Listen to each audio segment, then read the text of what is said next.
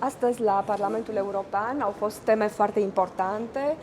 Noua Comisie Europeană a fost investită. S-a discutat despre bugetul Uniunii Europene, nu? Un subiect foarte important când este vorba despre bani. Iar ceea ce se întâmplă aici este faptul că eurodeputații europeni sunt la rândul lor îngrijorați de rezultatul alegerilor din România. Spun ei că acesta ar putea fi începutul unui mai amplu curent populist anti-european. Am șansa și onoarea să-l am alături de mine pe domnul Bernard Guetta, politician francez, eurodeputat, care face parte din grupul politic Renew, Renaissance. Oui. Je vous remercie beaucoup, monsieur Guetta. Mais c'est un plaisir. C'est un plaisir. Alors je vous invite, on va s'asseoir et on va continuer notre discussion. Très bien. Merci beaucoup.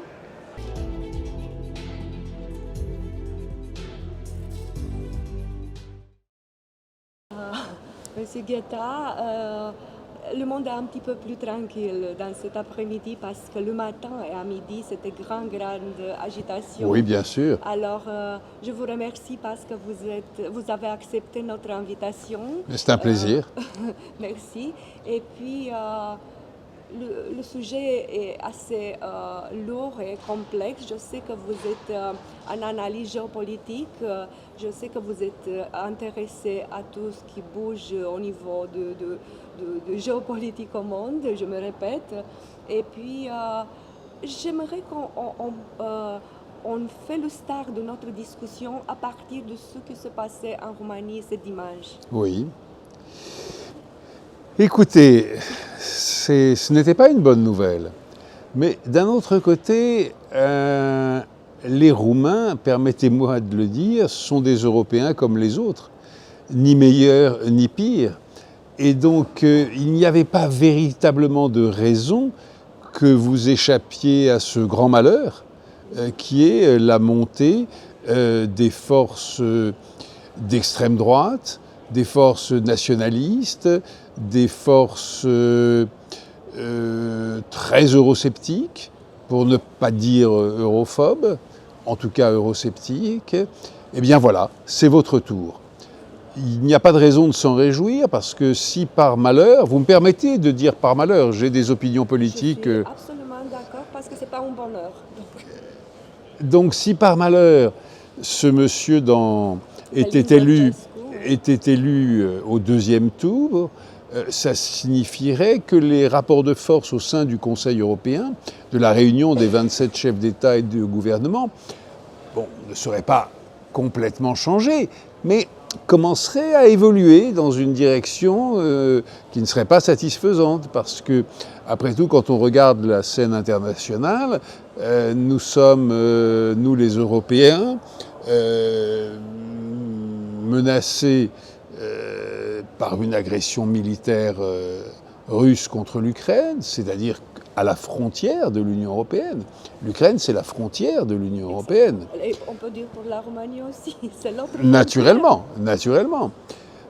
Donc, il y a la menace à l'est, il y a les chaos montants au sud, et pas seulement au Proche-Orient, sur l'ensemble des rives sud de la Méditerranée, ou presque l'ensemble. Et puis, il y a la menace qui, paradoxalement, est peut-être la plus terrible, celle du retrait américain d'Europe.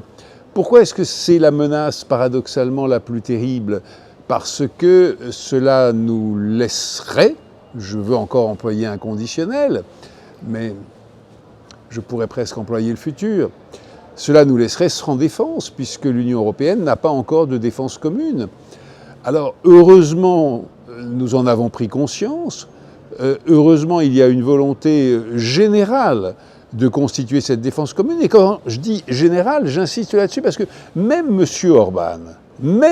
Orban est un partisan d'une défense commune européenne, et depuis toujours. Et il n'a jamais évolué sur ce point. Donc il y a aujourd'hui unanimité dans l'Union européenne. Mais premièrement, il faut de l'argent, on n'en a pas beaucoup en ce moment. Nous sommes tous dans des difficultés, pas tragiques, mais lourdes. Deuxième point, en tout état de cause, même quand l'argent est mobilisé, même quand la volonté politique est là, Mais il faut plusieurs années, en vérité près d'une décennie, pour constituer une véritable défense. C'est une situation très sérieuse.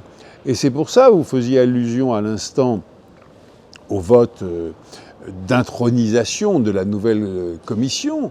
Et pour ma part, je piaffais d'impatience depuis de longues semaines parce que je ne cessais de dire à mes collègues, de tous les groupes d'ailleurs, pas seulement de mon groupe, que c'est très bien les débats sur la constitution d'un gouvernement, entre guillemets. La commission n'est pas vraiment un gouvernement, mais un peu elle en tient lieu. C'est très bien les débats sur la constitution d'un gouvernement, c'est très très bien de s'offrir le bonheur d'une crise ministérielle, mais on ne peut pas s'offrir ce luxe en ce moment. L'Union européenne ne pouvait pas s'offrir ce luxe. Enfin, nous avons une commission.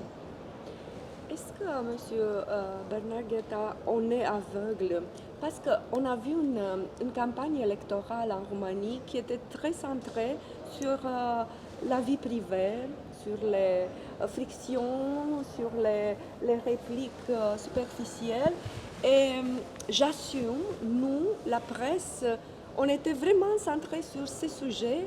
On ne voyait pas qu'est-ce que s'était passé underground. Est-ce que c'est une situation qui doit exploser pour être bien après, donc une sorte d'anarchie philosophique parlant, cyclique, l'historique? Vous savez, dans tous nos pays, et pas seulement dans les pays européens, c'est la même chose en Inde, c'est la même chose aux États-Unis et dans bien d'autres pays encore, il y a une fatigue intellectuelle des forces politiques que nous connaissions, que nous connaissons depuis la fin de la Deuxième Guerre mondiale. Depuis la fin de la Deuxième Guerre mondiale, peu ou prou, je parle dans le monde libre évidemment, Oui. Les démocraties étaient dominées par une gauche d'inspiration social-démocrate et une droite d'inspiration démocrate-chrétienne, avec des variantes nationales, le gaullisme en France, tout ce qu'on veut, mais fondamentalement, c'était ça. Ces deux grands courants ont magnifiquement réussi. Ils ont assuré une croissance économique, ils ont assuré un développement de la solidarité sociale dans tous nos pays, aussi bien la droite que la gauche, peut-être un peu plus la gauche que la droite, parfois plus la droite que la gauche, parce que vous savez, c'est toujours la droite qui fait la politique de la gauche et la gauche qui fait la politique de la droite. Excellent, parce Mais bien. que c'est qu'à ce moment que nos politiciens ont reconnu, après qu'ils ont fait la coalition, on a, Oui. vous savez, un gouvernement conduit par les libéraux et les social-démocrates. Les social-démocrates, ils ont reconnu qu'ils ont eu les plus libérales mesures Oui, à jamais. oui. Donc il y a une fatigue intellectuelle de ces deux grands courants parce qu'ils ont donné tout ce qu'ils avaient à donner, tout leur capital. Le monde a parallèlement totalement changé, évidemment totalement changé, et ils sont en panne intellectuelle. Et les gens, les électeurs le sentent. Ils sont à la recherche, en conséquence, de nouveaux courants politiques. Et ces courants politiques ne se sont pas déjà affirmés.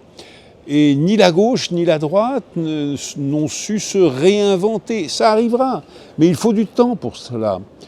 Et pendant ce temps perdu, hélas, ce temps perdu, eh bien évidemment, les gens... Proust, le temps perdu à la recherche. À la recherche du temps perdu, oui, absolument, tout à fait.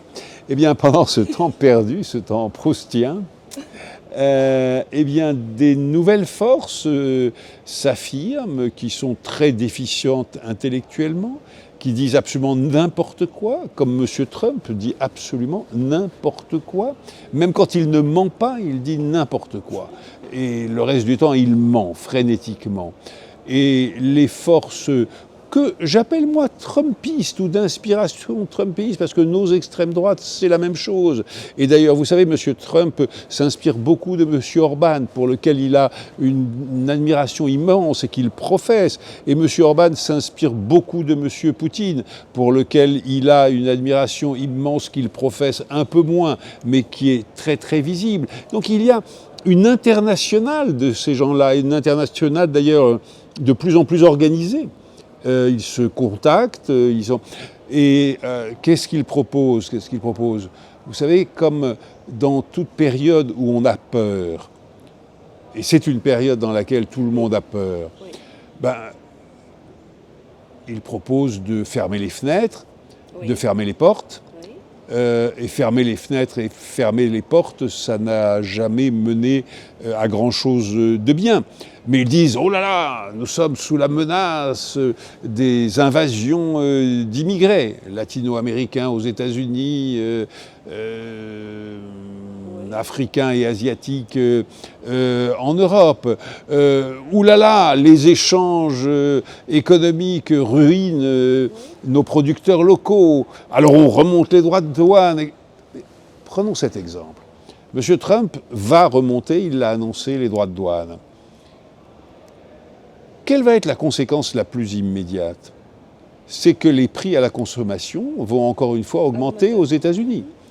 Et donc le mécontentement social va augmenter considérablement aux États-Unis, puisque l'une des raisons, pas la seule loin de là, mais l'une des raisons de la victoire de Donald Trump a été l'inflation, l'augmentation des prix. Eh bien donc ça va s'accentuer.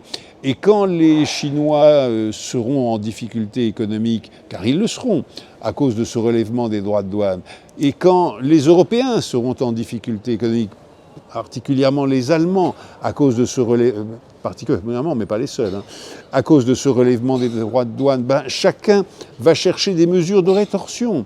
Et de mesure de rétorsion en mesure de rétorsion, bien, le commerce international sera bloqué et ça n'amènera rien de bon pour personne. Il faudrait chercher aujourd'hui une définition d'une nouvelle architecture de sécurité, bien entendu, entre les nations, pas seulement en Europe, dans le monde entier. Et quand vous dites une nouvelle architecture, on peut faire une spécification parce que c'est un joli mot. Mais écoutez, après la Deuxième Guerre mondiale, on a défini une architecture de sécurité multilatérale qui reposait fondamentalement sur un nouveau droit international, de nouvelles protections internationales, et évidemment sur les Nations Unies et le Conseil de sécurité. Le Conseil de sécurité a souvent, pendant la guerre froide, été bloqué par la guerre froide, mais il assurait malgré tout, précisément, cet équilibre qui était détestable pour les malheureux pays, le vôtre notamment, pris dans le bloc soviétique, mais malgré tout, qui assurait un équilibre. Bien, aujourd'hui, il n'y a plus rien. Bon ou mauvais, il n'y a plus d'ordre international. Il y a une anarchie internationale dans laquelle... Une anarchie internationale. Oui. Vous savez que nos politiciens n'ont jamais utilisé ce mot. Mais pourtant, c'est bien ça la situation. Et dans cette situation d'anarchie internationale, bien, les plus forts, ou ceux qui se croient les plus forts, jouent l'usage de la force. C'est ce que fait M. Poutine contre l'Ukraine, en se disant « Oh, les Européens sont des décadents, de toute manière, ils ne réagiront pas. » Bien si, les Européens ont réagi, et surtout les Ukrainiens ont réagi. Il a été bien surpris, M. Poutine. Et M. Trump se dit « Oh là là, je suis le plus fort, je suis l'Amérique, la plus grande armée du monde, la plus forte économie du monde, etc. Eh bien, je vais leur apprendre à tous, à ces Européens qui... Ils nous détestent, ils détestent les Européens. » Monsieur Zelensky Non, Monsieur Trump. Monsieur Trump, pas du tout. Monsieur Zelensky, bien au contraire. Non, Monsieur Trump déteste les Européens parce qu'il considère que nous sommes des rivaux économiques, nous sommes des rivaux dans tous les domaines. Il n'a pas tort, d'ailleurs, c'est vrai. Nous sommes des rivaux, bien entendu, notamment dans... Les échanges économiques risquent de tomber ou de diminuer beaucoup. Oui, bien sûr, bien sûr. Il regarde, il jette un œil sur la Chine et la Russie. Il jette un œil certainement sur la Chine. Il va chercher quoi? Il va chercher un arrangement avec M. Poutine sur le dos des Ukrainiens et donc sur le dos des Européens. Il va chercher, en vérité, après une épreuve de force, un arrangement avec la Chine communiste ou la Chine dictatoriale, on va dire. Et la Chine, cet arrangement avec Pékin, il va se faire sur le dos de qui? Probablement sur le dos de Taïwan, il faut le dire. Enfin, Quand vous dites au dos de Taïwan, Sur le dos, oui. oui, sur le dos, je ne comprends pas trop bien l'expression. Ça veut Ah, sur le dire dos, au détriment de Taïwan. Au ok. détriment. Merci. Au détriment de Taïwan, mais pas seulement, parce qu'au bout du compte, M. Trump, qui est un homme d'affaires, qui se vante d'être un homme d'affaires, un homme donc de deal, il aime ce mot. Business. Oui, exactement. Eh bien, son idéal au bout du compte sera d'organiser, ou de tenter d'organiser un condominium sino-américain sur le monde, au détriment de l'Europe certainement, et au bout du compte d'ailleurs au détriment de la Russie aussi. Si nous ne voulons pas devenir, nous les Européens, des spectateurs de l'histoire, mais rester des acteurs de l'histoire, mais de l'histoire politique, naturellement, diplomatique, bien sûr, mais aussi culturelle, économique, eh bien, nous devons resserrer nos rangs et rappeler au monde, et notamment à M. Trump, que si l'on additionne les budgets militaires des 27 pays de l'Union européenne, en vérité, l'Union européenne a le deuxième budget militaire du monde. Que si nous additionnons nos économies, et pourtant nos économies ne sont pas en grande forme, loin de là, eh bien, si nous additionnons nos économies, nous sommes au coude à coude avec les États-Unis, la première ou la deuxième puissance économique du monde, devant la Chine. Devant la Chine. Il faut que nous, Européens, nous prenions conscience que non seulement nous ne sommes pas rien, mais que nous sommes beaucoup, et que nous sommes très forts, à une condition qu'un enfant de 3 ans comprend, j'exagère, qu'un enfant de 5 ans comprendrait. Être unis, naturellement. Si nous sommes dispersés, mais l'Allemagne ne compte pas beaucoup sur la scène internationale, la France ne compte pas beaucoup sur la scène internationale, c'est-à-dire que les deux premières puissances de l'Union européenne, seules, elles comptent, mais peu. Mais peu. Alors que si nous additionnons réellement nos forces, eh bien l'Union européenne compte énormément, que nous en profitons tous et que l'équilibre du monde en profite considérablement. Car nous avons besoin, nous, le genre humain, les habitants de cette planète, car nous avons besoin d'une force de modération, l'Europe, d'une force démocratique, l'Europe, d'une force qui respecte les libertés et les droits de l'homme, l'Europe, d'une force intellectuellement très en avance, l'Europe, d'une force scientifique très en avance, l'Europe, etc., etc. Et pas faire l'exportation de matière, comment on dit en France, c'est matière cenușie, la matière grise. La matière grise, exactement, exactement, parce que si nous sommes dispersés, eh bien évidemment que pour un chercheur brillant qui a besoin de moyens, la tentation de rejoindre une université américaine est très grande parce qu'une université américaine lui offrira plus de moyens que telle ou telle université de l'Union européenne, française, allemande, allez, j'allais dire britannique parce que même s'ils sont sortis, ils sont quand même évidemment européens. Eh bien, il faut enfin que nous ayons, par exemple, une dizaine d'universités européennes d'excellence. Pas seulement des réseaux, c'est très bien d'avoir des réseaux entre les universités de Suède et d'Italie, de Portugal et de Pologne. Parfait, magnifique, non, mais il nous faut aussi, comme les États-Unis en ont, des universités phares, de l'Ivy League, comme ils disent là-bas. Et ça manque, et maintenant il faut vraiment donner un coup d'accélérateur. Et si ce coup d'accélérateur était donné, eh bien on verrait les forces de l'obscurantisme, comme celle qui vient d'arriver en Roumanie au premier rang, on les verrait reculer, parce que les gens votent pour la bêtise, pour la peur, et parce qu'ils ont peur. Et marre de ce qu'ils voient. Parce qu'ils sont insatisfaits. Et ayons l'honnêteté l'honnêteté de dire, l'honnêteté et surtout la lucidité de dire qu'il est normal et qu'il n'est pas illégitime qu'ils en aient assez.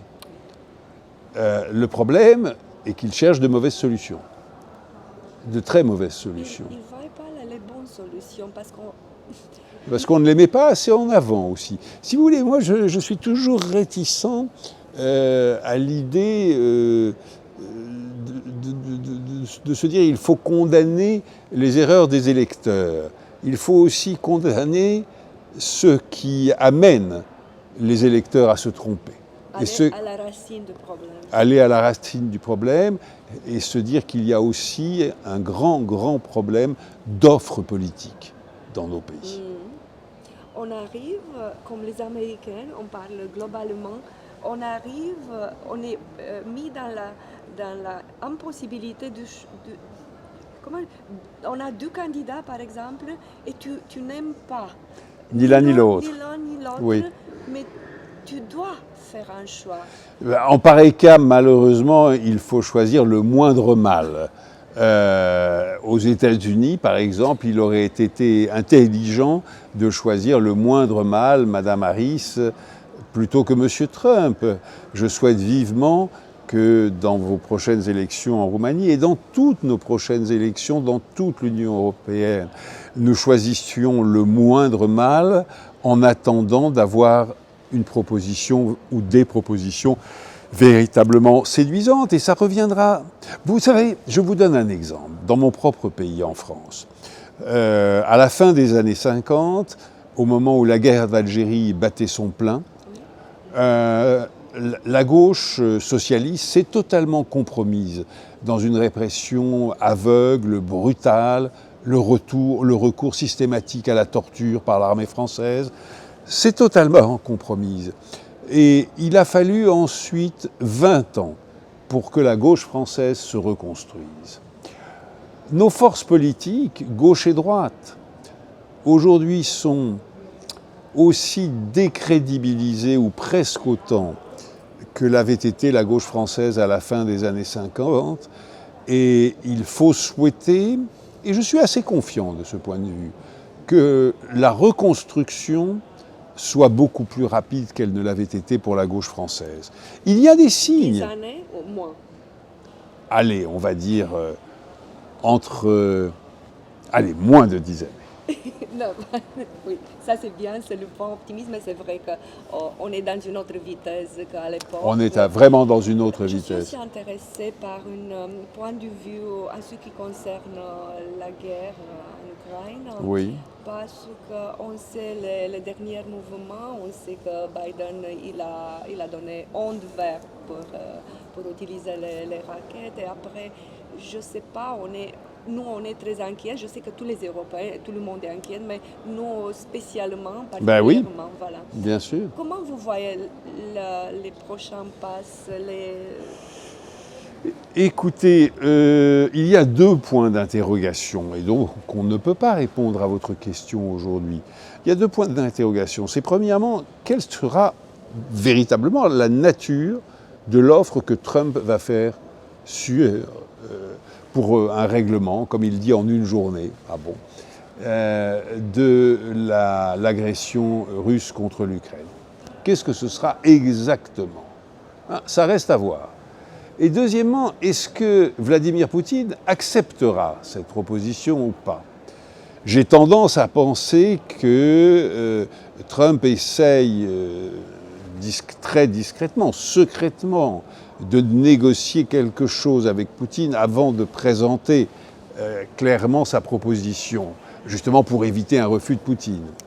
Mais si on arrive à un refus de Poutine, nous pouvons imaginer que Trump dise, dans ces conditions, je donne les moyens à l'Ukraine, non pas seulement de résister, mais de contre-attaquer et de chasser les troupes russes du territoire ukrainien. Et nous entrons à ce moment-là dans une phase de guerre beaucoup plus dure et spectaculaire.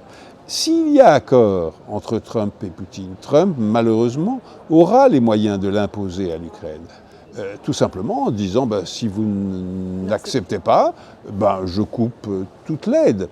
Rappelons-nous que l'année dernière, les élus trumpistes au Congrès, pendant 6 mois, Ils ont menacé. ils ont menacé, ils ont bloqué pendant 6 mois toute l'aide à l'Ukraine. Donc, on peut parfaitement imaginer que Trump recommence. Et à ce moment-là, qu'est-ce qui se passera ? Vraisemblablement, on arrivera à cet accord imposé. Il y aura une ligne de démarcation. Et Trump dira, mais ce n'est pas à moi d'assurer la sécurité, la surveillance de cette ligne de démarcation, c'est aux Européens. J'espère vivement qu'à ce moment-là, malgré notre colère et notre indignation justifiée, nous acceptions de déployer nos forces, les forces européennes, sur la ligne de démarcation. Et à ce moment-là, nous donnerons, très paradoxalement, un coup d'accélérateur, mais formidable, à la constitution d'une défense commune. Et peut-être que M. Trump regrettera d'avoir voulu nous tordre le bras de cette manière. À ce moment, je sais que l'un des axes politiques, c'est de produire l'armement à l'intérieur d'Europe et pas importer des États-Unis. Ça va durer quand même, parce qu'il n'y a pas quand même l'infrastructure, peut-être certains pays... Non, mais vous savez, nous sommes arrivés à un accord il y a 2 jours, en vertu duquel nous pourrons investir les budgets de défense européens dans l'achat d'armes à l'étranger jusqu'à concurrence de 35% de nos budgets. C'est-à-dire que 65% de nos budgets seront consacrés à de l'achat d'armes exclusivement européennes. C'est un progrès considérable. Compte tenu du fait que de toute manière, nous ne pouvons pas aujourd'hui acheter 100% européen. Parce que nous n'avons pas les moyens de produire 100% européen. Donc c'est un excellent accord, je crois. Nous allons augmenter considérablement, ça n'est pas difficile puisqu'il n'y avait presque rien, mais nous allons augmenter considérablement nos budgets communs de défense. Il y a des budgets nationaux, naturellement, mais le budget commun de défense, nous allons harmoniser nos achats de munitions, nous allons harmoniser notre production d'armement. Il est temps, par exemple, que malgré les concurrences industrielles, un peu inévitables, mais il faut mettre un peu d'ordre là-dedans, nous en arrivions à l'évidence. C'est-à-dire que les Allemands sont très bons dans la production de chars et que les Français sont très bons dans la production d'avions.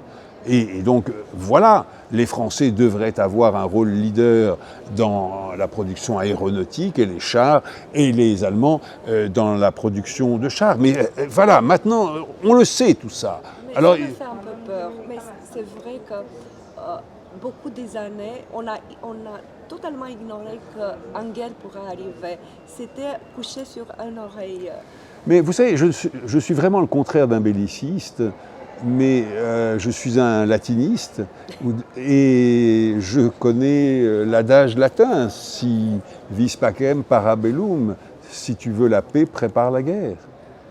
Si tu veux la paix, si vis pacem para bellum. Deci dacă dorim pacea, trebuie să pregătim războiul. Domnul Bernard Iota a terminat acest interviu cu aceste cuvinte. Nu ne speriem, avem încredere că vom fi o Europă puternică și unită. Vă mulțumesc! Merci!